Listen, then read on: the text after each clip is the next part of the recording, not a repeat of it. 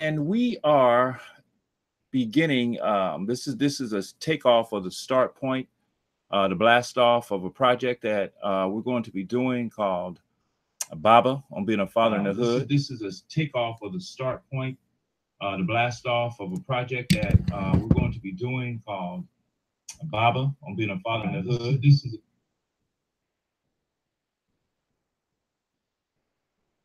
okay. So basically.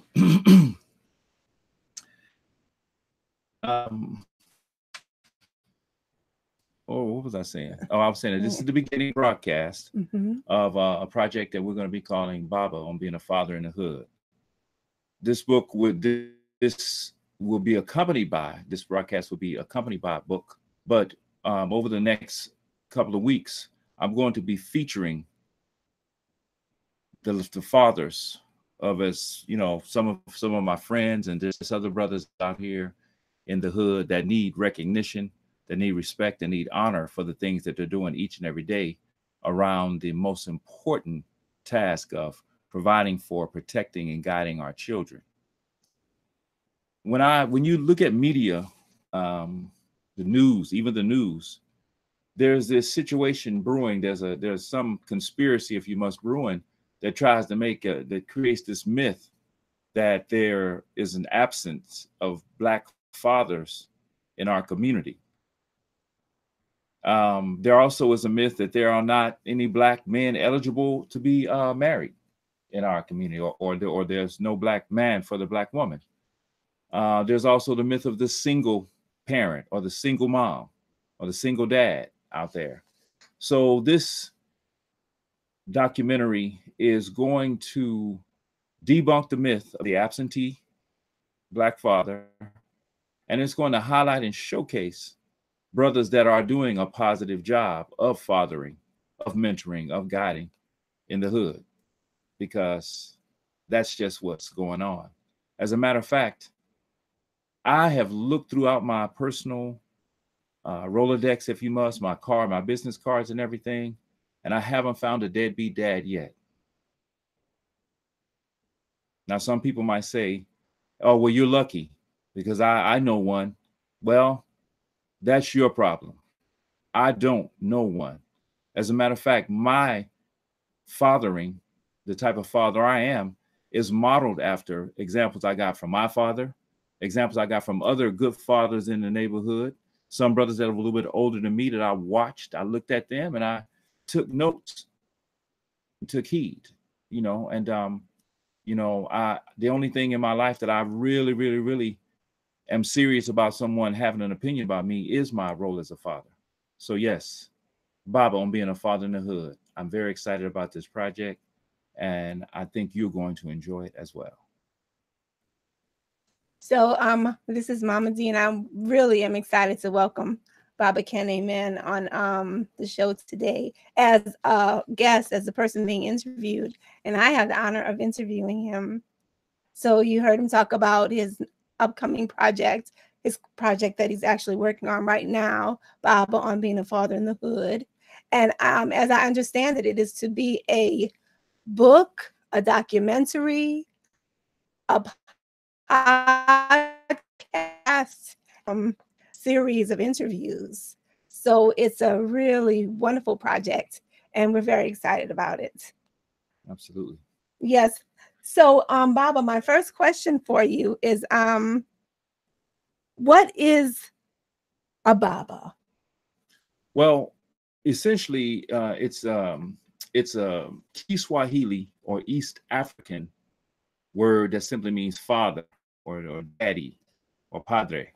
You see, and then on the West African side of things, it's a Baba is a Yoruba word, and a word that's used in Ifa, and it means like it's more likened to like priest or healer, shaman, medicine man, or something like that. A guru, which are all titles that I aspire to be. So that's what the word literally means. Now, a lot of times in the cultural community, you'll hear us refer to one of our elders as Baba, Sajifo, Baba, you know, uh, Baba John Henry Clark. You know, Mhm. just you. It's a term of endearment, is what I'm trying to get at here. Yes. Okay. And so, the closer knit you are with people, Mhm. the more it comes into play. Okay. You see. Mhm. So yes, it's a diaspora um, term that managed to work its way across the ocean, and we use it here in our daily lives, personal lives. Yes. Yes, I One of the share. many things that made it over here to these That's right. shores. That's right. That's right. And you know, you say that this is you endeavor to embody these characteristics of Baba. So and you are already called Baba KenAmen. And so at what point in your life did you realize, how did you come come to be called Baba? Okay. Well,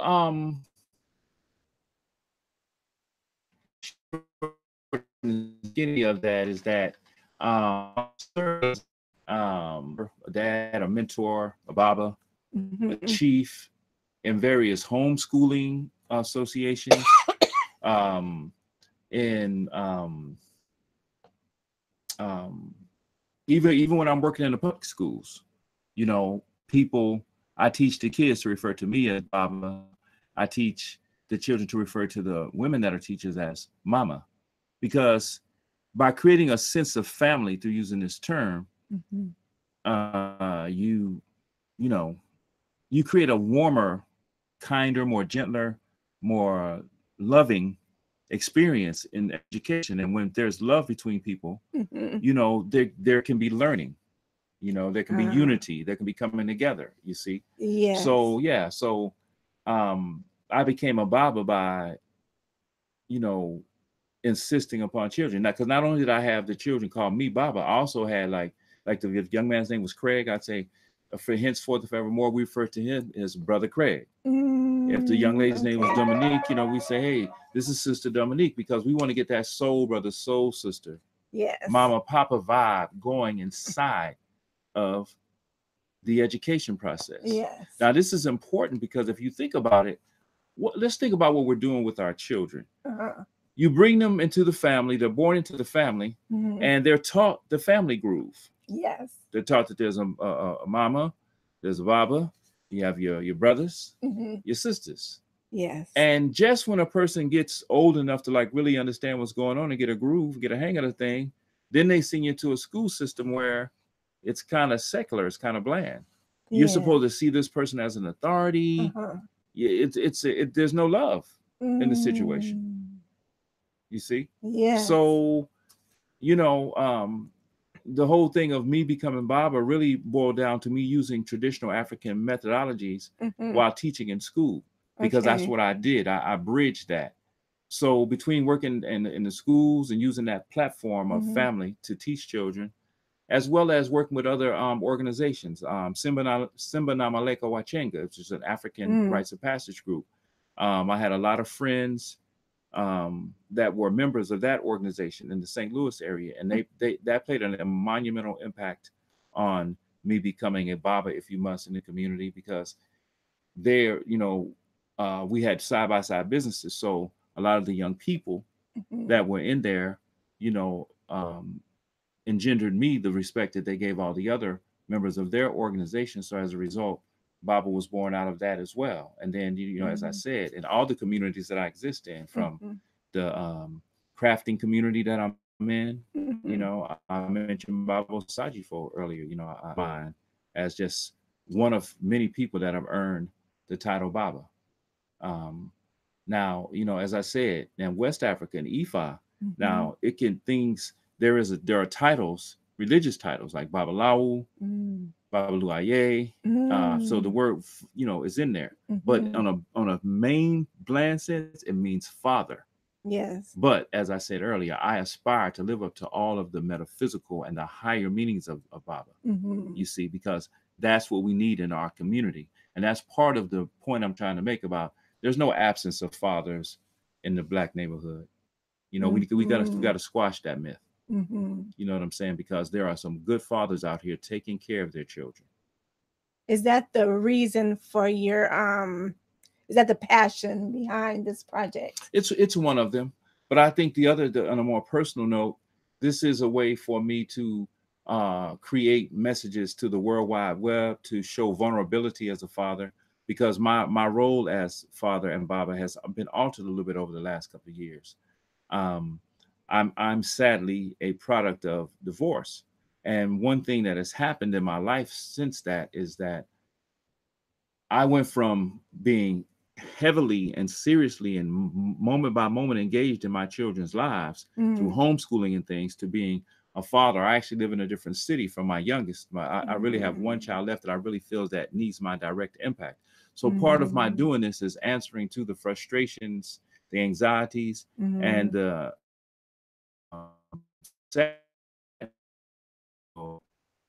to parenting, and then Mm. fatherhood being relegated to summers, and things Mm. like that. It's just really, it's taking a toll on me. So this is a way for me to share some impact messaging with my youngest son, as Mm. well as let my other children know that I miss them very much, and these are the type of things that their father is thinking about when he's not, with them. That I recognize that being a father, being a Baba, is the most important thing I've ever done in my Mm. life. I don't hold anything that I've purchased or anything that I've achieved Mm. next to it. They dim in the light, and they dim in the experience, and they dim in the passion and the love that I have for being a Mm. father.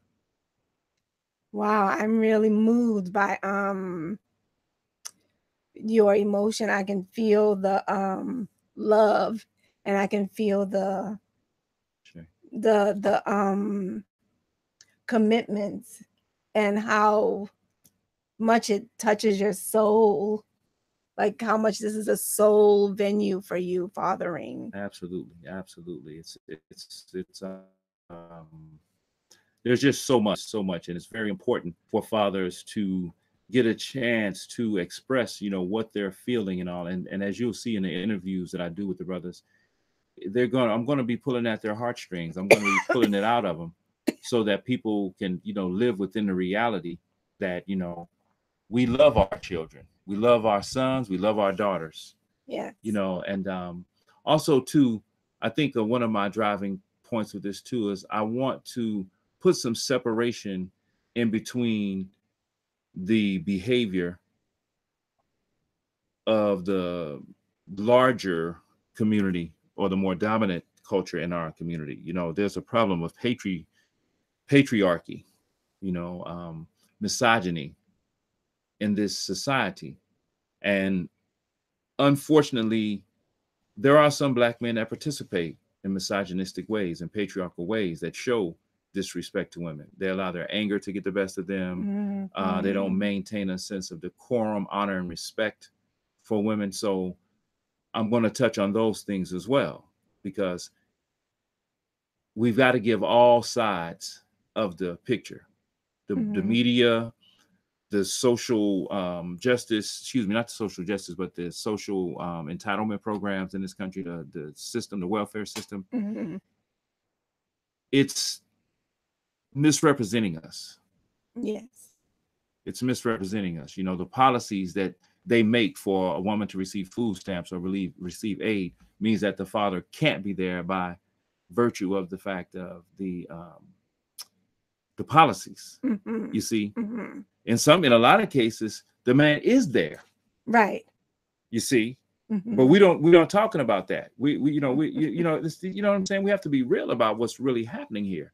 So this is one of the things I want to do, is just get right down to the root of it, and just show that the black family is our rock of Gibraltar. It is our strength, and we don't Mm-hmm. need to take no jaw jacking from and disrespect and dishonor from men of other races. You know what I'm Mm-mm. saying? I Mm-mm. mean, there are way more white men of means, that is, have a healthy paycheck, a gainful paycheck, which means they can make a living, and they're Mm-hmm. not making child support out of some power struggle or something with the woman.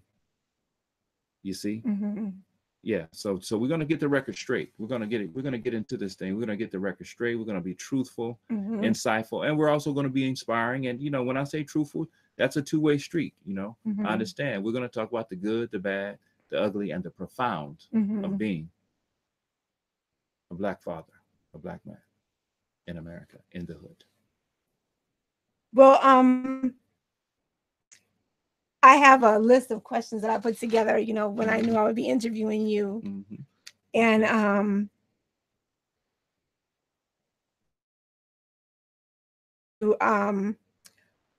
without giving too much away, because I know this is a book, a documentary. I wanted you to just kind of talk about what do you think is the reason that Black fathers and Babas get such a reputation, have such a bad reputation here in America? Well, thank you for asking that. Actually, I don't think we have a bad reputation.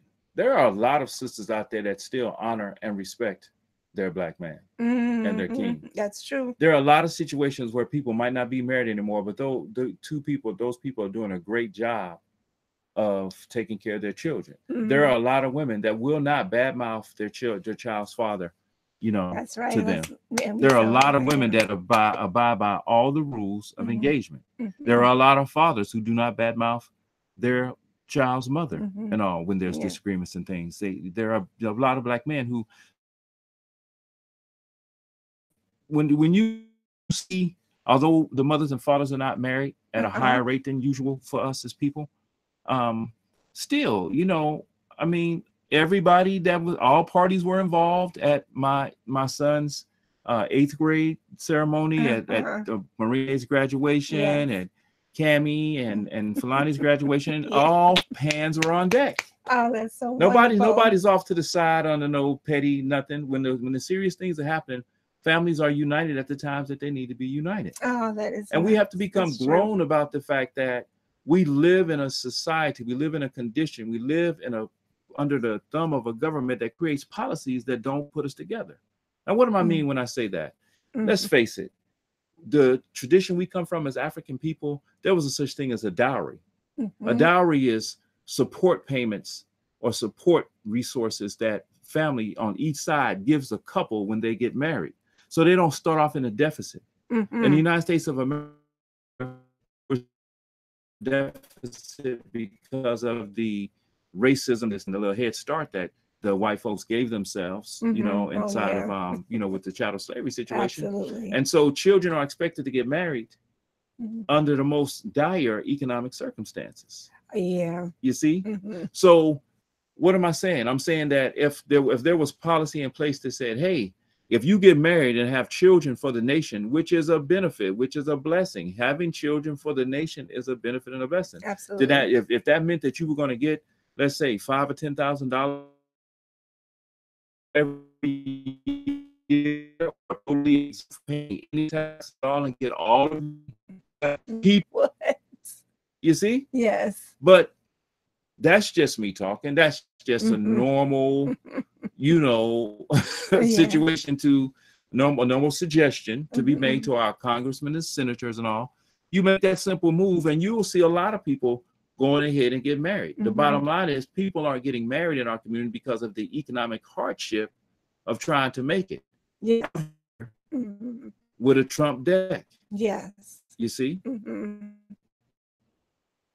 Try it. I dare you. Put a $10,000, $5,000, put a $5,000 carrot at the end of that rainbow and watch how many couples get to that rainbow. And you know what? It's funny that we're talking about finances because that was one of my questions. I was going to ask you, does money, finances, job, employment, how do these things affect the character or the spirit of a man? Yes, now you picked probably the most important topic we're going to talk about. So the finances, as you said, that was a good tie-in. The finances, are the main impediment to marriage being successful in this society. As I said, we're born of a people initially in Africa. Those of us that still, have the courage to have the connected to Africa. This concept of a dowry really helps young couples. I've even heard of some tradition in Africa where when the man and the woman are to marry, the young lady spends time with the women in the other family and women of her family as well. And she gets trained in all the ways of, marriage and everything. And the young men, they spend time with the elders and the men, and they teach them, the ways and the means of being married. And then after they both have gone through this training, then they put them together. Okay. Okay. Now, once again, there are instances where the dowry is paid on both behalves, the gifts are exchanged, and the young couple gets started off on the good foot. Good God. Two people start off in an apartment, both of them with marginal jobs, and or one on government assistance, and one with a part-time job. These are not the economic conditions for marriages to last. Right. We're taught to blame it on each other. Right. That's true. You see, this country is a blame game. It is a blame. It's an insane blame game and so we tend to get into that a little bit. So what I'm saying is we need to focus on getting ourselves financially solvent, get our head above water, and get balanced. Yes. And then, embark upon the children. But, we're kind of putting the cart before the horse these days. Now, let's address that a little bit. If you think about it, first of all, there are certain things, certain places you can't go on the internet where you're not being exposed by advertisement concerning pornography. They have 800, 900 number chat line things, hookup sites and stuff on billboards. They have all these things going on that encourage you to get busy, to have sex, as they say. They do. And absolutely. then all this sexual behavior leads to children coming here. I mean, makes sense. I mean, it's so bad. It's gotten so bad that with the young folks, it seems like they're in a cycle of meet, text, sex, next, meet, sex, text. No, meet, text, sex, next. I mean, this is court. That's one. It's funny to me. I came up in a generation, I'm 55, so I came up in a time where the messaging concerning whether you should get started making love or having sex or not revolved around the idea of, children come from this process. Well, you don't bring no baby here, boy. So I might have been 17, 18 years old when I recognized that a baby doesn't come every time you do it. You see, but that was a negative that was taught to me that way. I'm actually happy that that I have a strong sense of connection between life coming from the act of making love. Yeah. Because that led me to the highest realization that a lot of young guys especially need to recognize, because old guys, we get around to it sooner or later, is that the greatest thing from making love is not an orgasm. It's actually a child. Oh, yeah.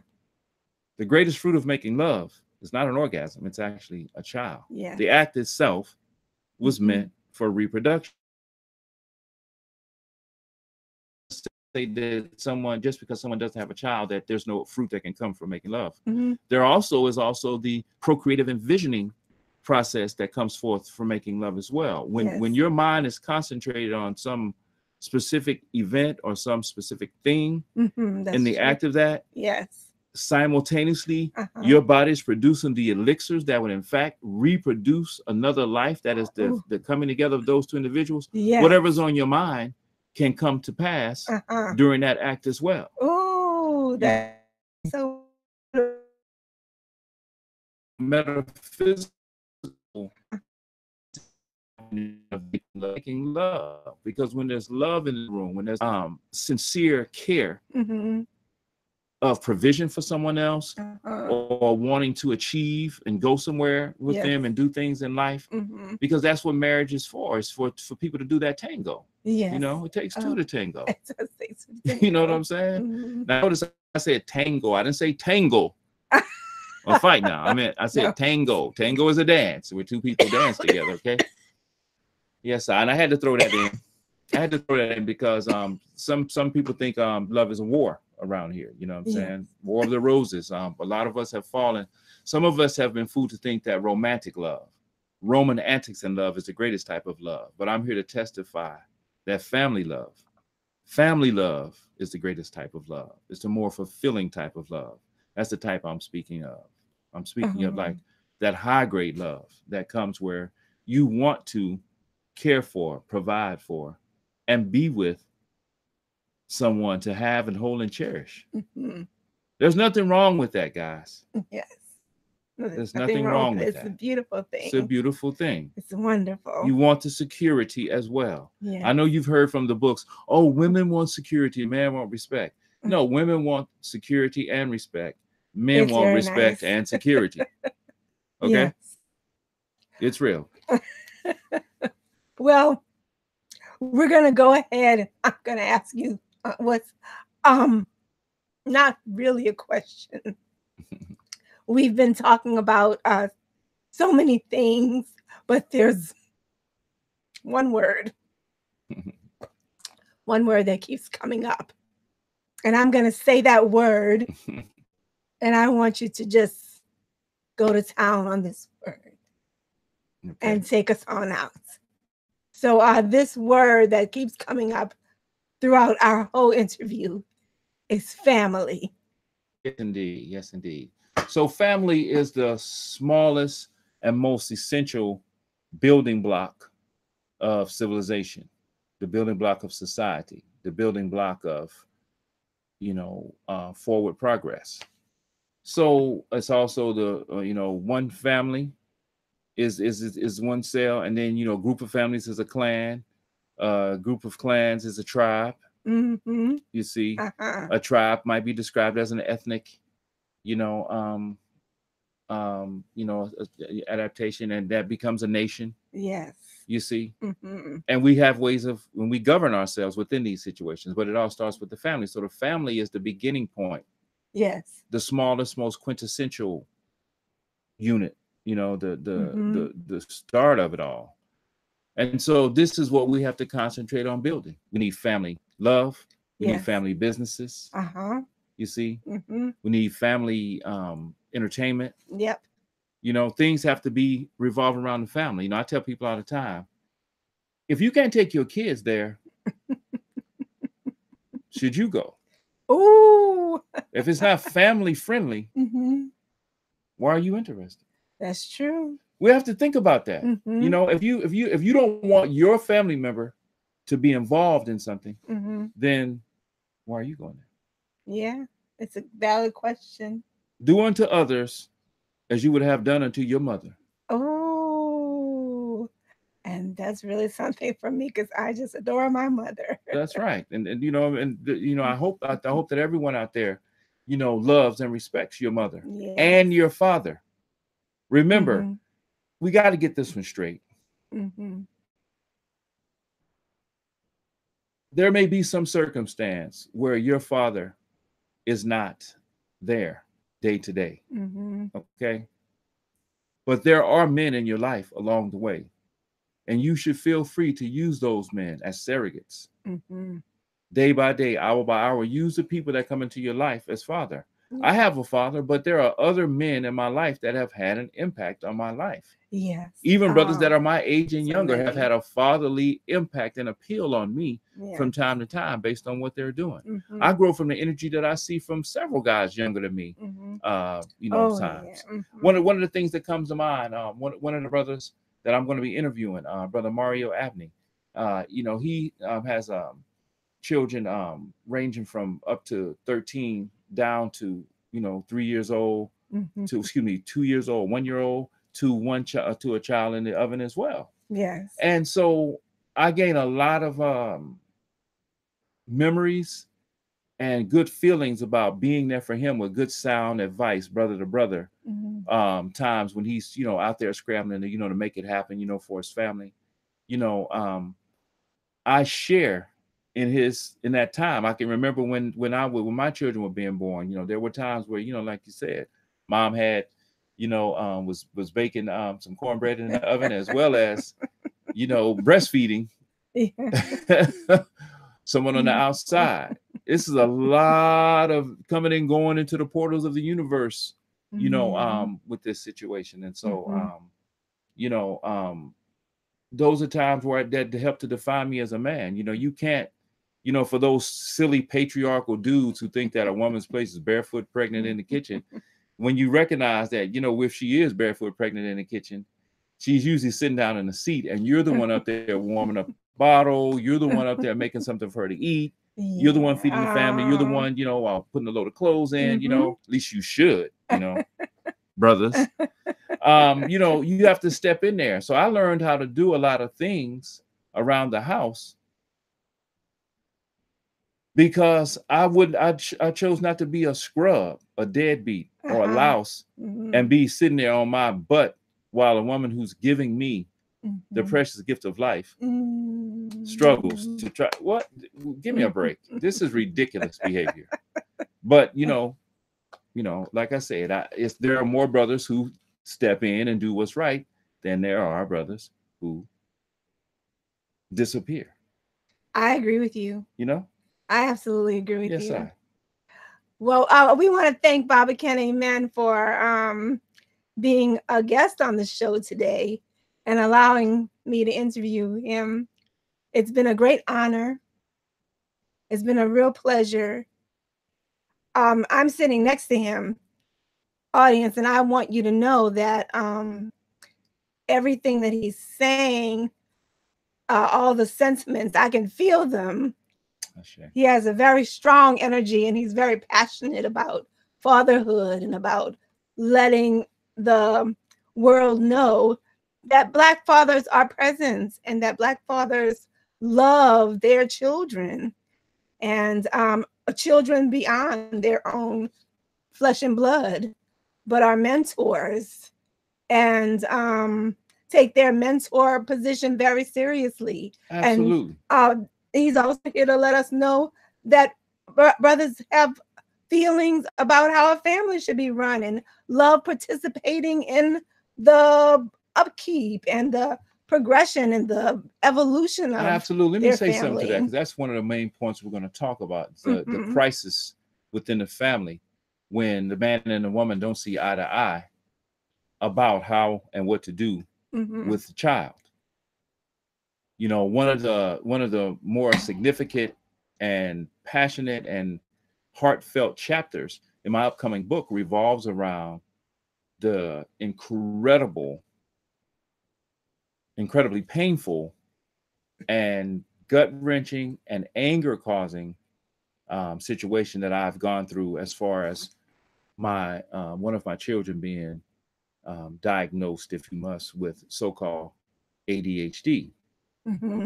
I personally find it to be a pseudo-scientific syndrome or something. Me too. I believe that there is an assault on athletic, kingly, showing signs of leadership young men. And all young men are not designed to sit down in a desk. First of all, those desks aren't comfortable. No, I mean, let's be real. they're not. The average school desk is not comfortable. Yeah, the chairs are very hard. The teachers are talking about it, think something that's most likely irrelevant or misinformation in a young man's life. Young men need more physical activity. Yes, I agree. I really agree. You just can't force a strong, virile, buxom young man into sitting his behind down and accept the assimilation. Right. It's just not going to happen. It's just not going to. It can happen. You can convince a young man like that to take school more seriously, but that must be done with a sense of respect and care. Yes. last but not least, it is your job as a father Mm-hmm. and a mother to educate your child. System, the private school system should only be a supplement to the hardcore and softcore values that you want to impress upon your child. Mm-hmm. We need to take that responsibility back upon ourselves and stop just putting our kids in the school and then beating the hell out of them or speaking to them like there's something wrong with them when they're not a perfect fit for the cookie cutter plan that they have for us. Yeah, absolutely. Okay, now I remember in school, I told some of my teachers that I wanted to work in radio. I thought I might want to be a lawyer or a teacher, and I had teachers tell me, you should put your feet on the ground, Ken. Oh, Those are not those aren't occupations you should really. Oh, You see? So now I was told overtly in my school. Our sons today are being given messages like that covertly. So, boy, you know, the only reason you hear is because of basketball. You know, then some of them, they teach them if you're good at a sport, you know, you can get away with things that you just should not be able to get away with. Right. Mm-hmm. You see? So, yeah, that's a serious issue. You know, I digressed a little bit too when you talked about the financial component of marriage and all, but the finances of is the you know, making sense of the financial arrangements that are the financial quagmires or the financial situations we find ourselves in. We've got to learn how to use the love we have for one another to manage that situation. Absolutely. Yes, I agree. Okay, because look at it like this: our women, Black women, are a little bit more advanced educationally than us, because as I said earlier, the schools are designed really to cater to girls and to boys that are actually sedentary and, you know, low energy, maybe not low, but moderate energy young men, because those men are not threatening. Right. A warrior Black man, a big strong dude who actually has mental dexterity as well. You know, we got to get this guy isolated. So what I'm saying is, we have situations where the spirit of love and attraction leads us together in the spirit of holy matrimony and children coming forth. And so if a woman is the so-called breadwinner, or she makes more money than the man, that doesn't mean that she should be demeaning or speak demeaning to the man or condescending to the man. She should recognize that, you know, as fate and luck would have it, the union that brought them together to have that child created a dynamic for that family to grow and prosper. Remember, just because you make more doesn't mean that your mate doesn't make any. Right. Sometimes the mate can be making less, but the role that they play in providing support for the children is priceless. Right. You know, I think of situations, as I said, my older children, we started off homeschooling them, but as they got into towards high school years, there was a defection that took place, and the children, as well as their mothers, really started getting on me like, you know, you're trying to hold them too tight to the cuff. I want them to go to school, and they said, why do you guys want to go to school? And everybody was saying for the socialization. I'm saying the socialization is the problem in the schools. You see, but with all that being said, what happened when I decided to let the kids go to school? That required for finances to change dramatically in the house. We went from a situation where we were taking care of the education to paying somewhere in excess to $500, $600, $700, $800 a month for the kids to go to school. And at this point, I'm paying for the indoctrination, assimilation, so-called education that creates, you know, our children's negative behavior towards their adults. We got to fix this situation.